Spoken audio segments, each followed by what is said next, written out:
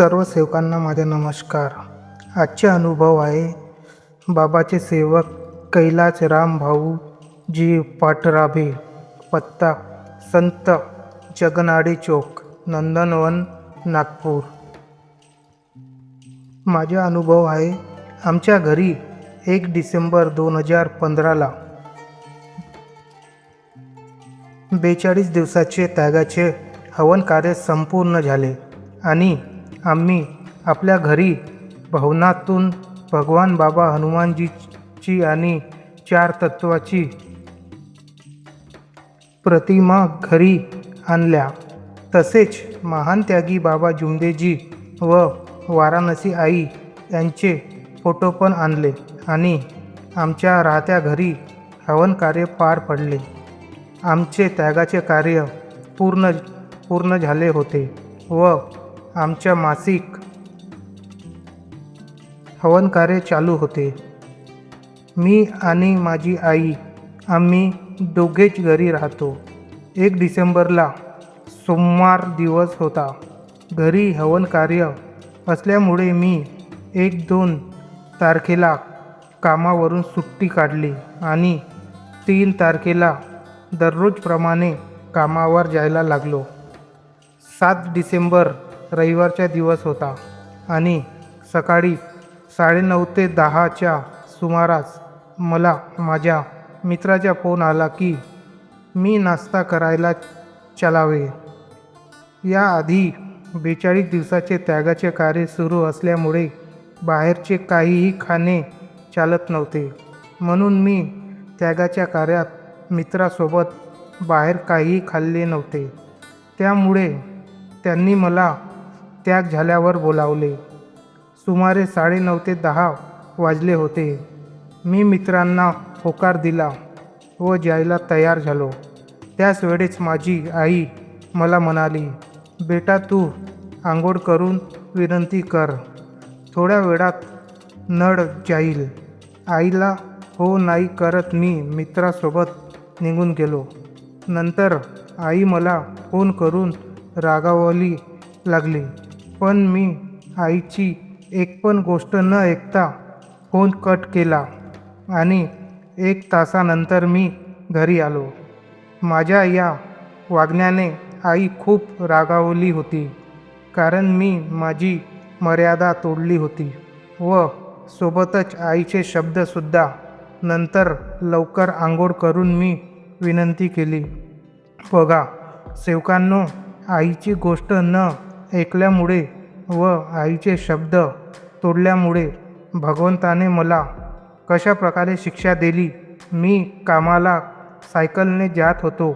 सोमवारी मी नेहमीप्रमाणे कामावर सायकलने गेलो व सायकलला कुलूप लावून कार्यालयामध्ये गेलो. काही वेळातच परत काही कामाने मला बाहेर जायचे होते, तर मी खाली आलो. पाहतो तर माझी सायकल मी ठेवलेल्या जागेवर नव्हती. मी सुरक्षकाला विचारले. त्याला माझ्या सायकलबद्दल काहीही माहिती नाही असे त्यांनी सांगितले. त्यानंतर मी आजूबाजूला सगळ्यांना विचारले. खूप शोधाशोध केली, पण सायकल कुठेही सापडली नाही. मी घरी आलो आणि आईला या घटनेबद्दल सगळं सांगितलं. यावर आईने मला दुसऱ्या दिवशी आमचे मार्गदर्शक श्री राऊत गुरुजीकडे जाऊन शब्द सोडवून झालेल्या चुकीची माफी मागायला सांगितली.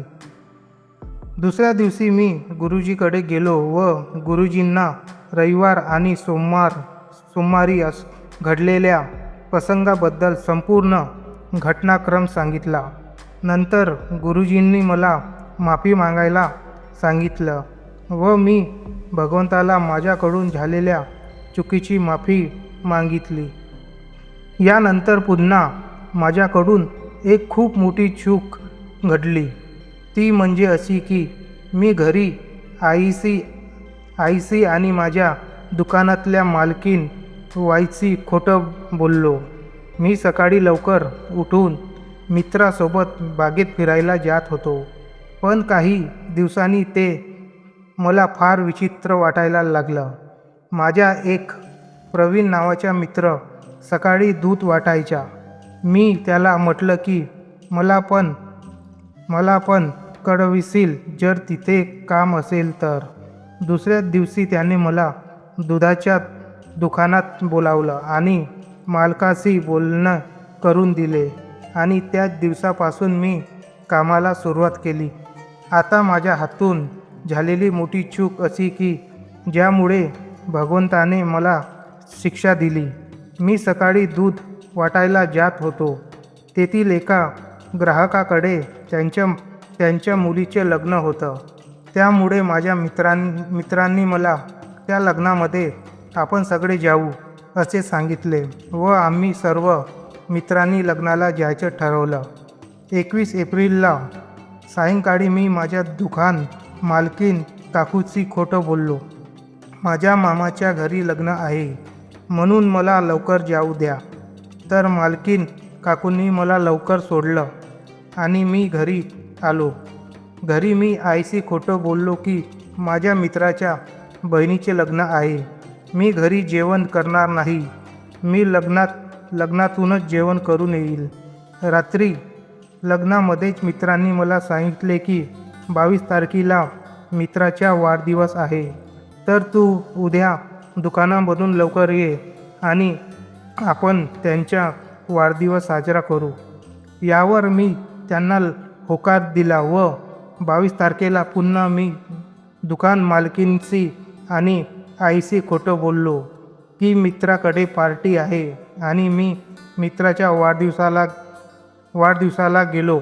आम्ही त्यांचा वाढदिवस साजरा केला आणि त्याला पार्टीसाठी म्हटलं तर तो म्हणाला पार्टी उद्याला देईल.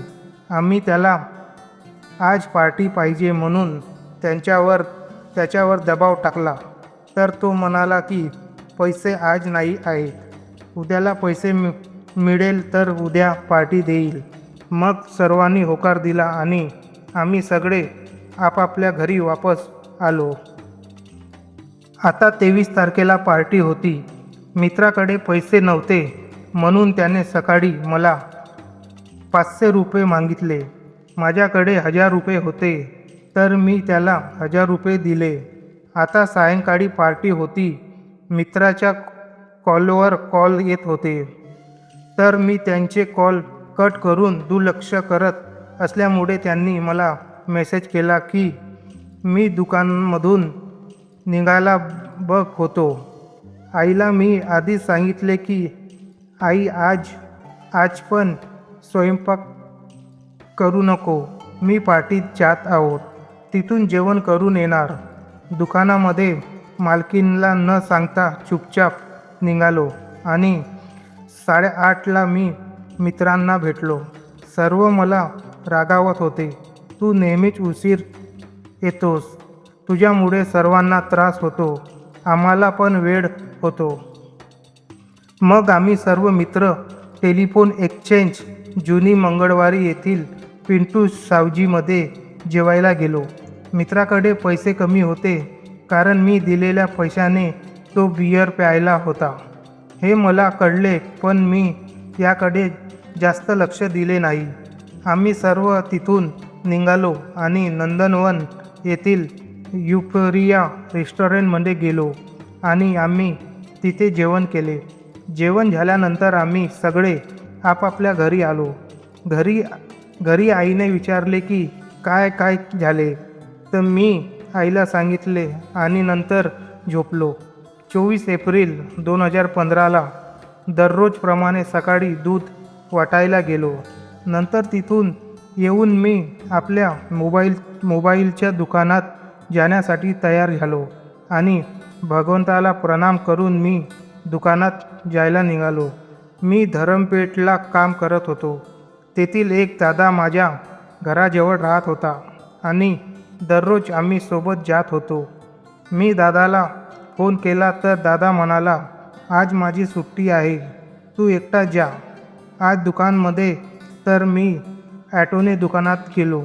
दुकानामध्ये एका मित्राचा वाढदिवस होता. तर दुकानाच्या सर्व स्टॉफने पैसे गोळा केले आणि दुपारी त्याचा वाढदिवस साजरा केला. मी दिवसभर दुकानाची कामे केली. सायंकाळी एक दादा माझ्या दुकानाजवळून घरी जात होता. मी त्याला म्हटले, दादा, आज मी तुझ्यासोबत घरी येणार. तर दादाने होकार दिला आणि मला म्हणाला, हा माझा मोबाईल आहे, याला दुरुस्तीसाठी रोडच्या पलीकडील दुकानामध्ये टाकू नये. मी मोबाईल घेतला आणि रोडच्या पलीकडच्या दुकानात गेलो आणि त्यांचा मोबाईल दुरुस्त करण्यासाठी टाकला. नंतर रात्री 9 ते 9:30च्या सुमारास घरी यायचे होते. तो दादा मला म्हणाला, तू मोबाईल दुरुस्तीला टाकला तर तो मोबाईल परत घेऊन ये. मी जात होतो तर दादाला मी त्याच्या बाईकची चाबी मागितली. त्याने हो नाही करत चाबी दिली. त्याची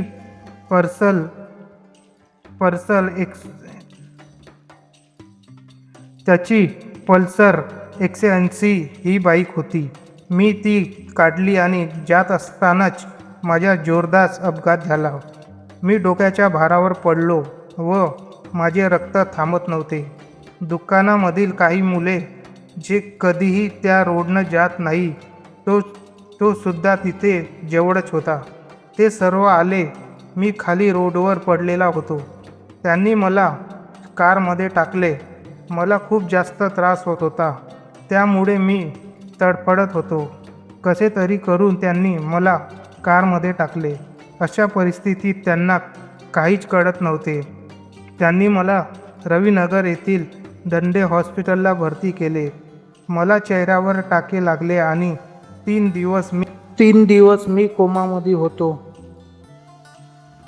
बाबांचे आदेश 4 तत्व 3 शब्द 5 नियम मीही पाळीन तसे तुम्ही पाळाल एवढे बोलतो आणि माझ्या हातातून भूलचूक झाली असेल बोलण्या चालण्यात, भगवान बाबा हनुमानजी तसेच महान त्यागी बाबा जुमदेवजी तसेच आपली आई वाराणसी आई यांना मी क्षमा मागतो आणि आपले 2 शब्द पूर्ण करते. सर्वांना माझा नमस्कार.